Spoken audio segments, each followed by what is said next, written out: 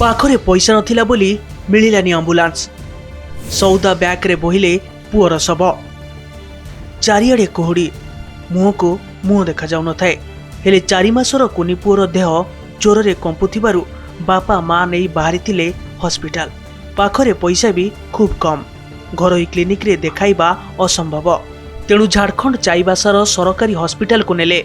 भारी आशा थिला तांकर पुओ को एठी डाक्तर बाबू भल करिदेबे।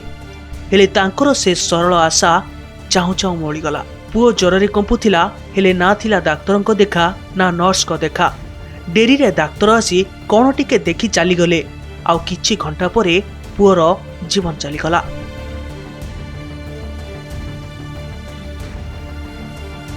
काहाकू किछि कहिबाकू ए गरीब बापा मां को पाखरे किछि कथा नथिला।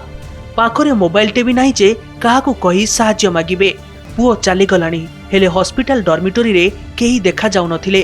जणे गार्ड बसिथिले, तांकू जाई कहिबारु से कहिथिले आउ 2 घंटा परे जाई एम्बुलेंस मिलिबो। हेले सेथिपई भी छतुबांको पाखरे पैसा नथिला। पाखरे थिला मात्र 100 टंका।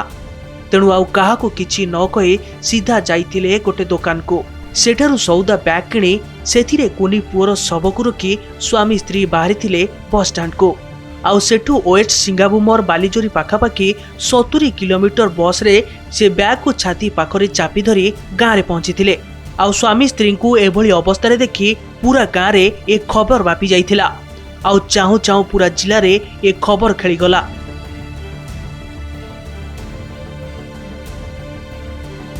एभली घटना आम देश रे नुआ नुहे, बरम या पूर्वरु 2024 सेप्टेम्बर रे महाराष्ट्र नासिक रे घटिथिला।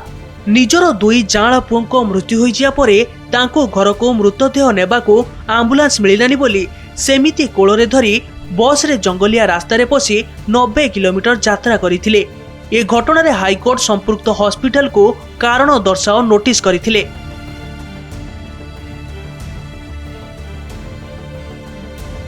दुई 2016 घटना सारा देशवासी मने थिबो निश्चय।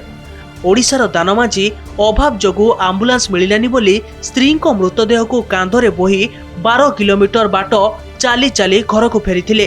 एही घटना पूरा राज्य और देश रे हईचई सृष्टि करिथिला। एते सबु परे भी स्थिति सुधुरिबार ना नाही। अभावी गरीब पई जेमिति स्वास्थ्य विभागर जमा निगा नाही, जहा क्षोभर विषय। ब्यूरो रिपोर्ट, कनक डिजिटल।